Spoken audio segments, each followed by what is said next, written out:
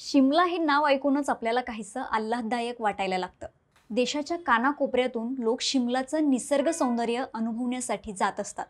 तिथली अनेक ठिकाणं प्रसिद्ध आहेत। शिमलामधील टनल नंबर 33 हे सुद्धा संपूर्ण जगभरात प्रसिद्ध आहे, पण ते एका वेगळ्याच कारणासाठी।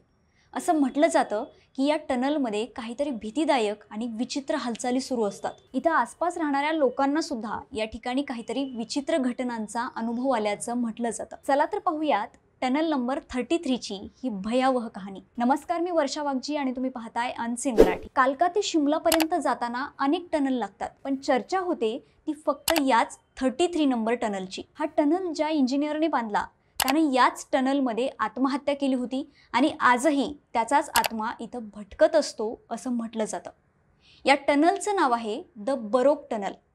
याला टनल नंबर 33 या नावानं ओळखलं जातं। ही कहाणी आहे ब्रिटिश काळातला एक इंजिनियर कर्नल बरोकची, ज्याच्या नावावरूनच या टनलचं नाव ठेवण्यात आलं। असं म्हटलं जातं की हा टनल तयार करण्याची जबाबदारी याच कर्नल बरोककडे देण्यात आली होती।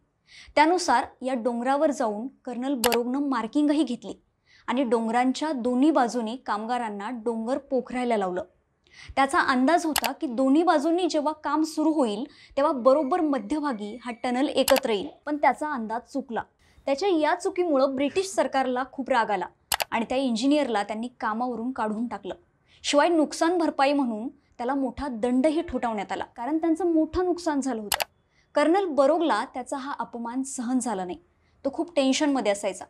एके दिवशी तो सकाळी उठला आणि कुत्र्याला सोबत घेऊन तो याच टनलच्या दिशेने गेला। टनलच्या मध्यभागी जाऊन त्यानं स्वतःवर गोळी झाडत आत्महत्या केली।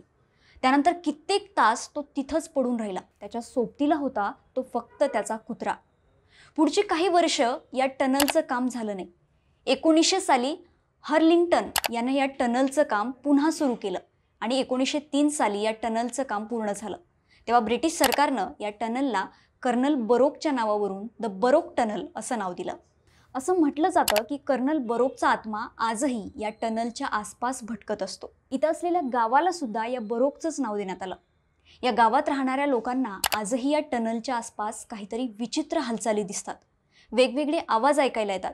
कधी किंचाळताना तर कधी रडतानाचे आवाज ऐकू येतात असे इथल्या लोकांचं म्हणणं आहे। तर काहींनी इथं एका महिलेला पाहिलं असल्याचा देखील दावा केलाय। असं सांगितलं जातं की ही महिला जेव्हा दिसते तेव्हा थोड्या वेळाने ती गायब होते।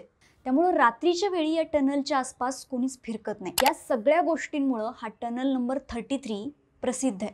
लोकांच्या मनात काही प्रमाणात भीती आहे, तर दुसरीकडे हा टनल पाहण्याचं कुतूहलही असतं। या सगळ्या ऐकिवातल्या गोष्टी आहेत, त्यामुळे आपण या सगळ्यावर कितपत विश्वास ठेवायचा हा ज्याचा त्याचा प्रश्न।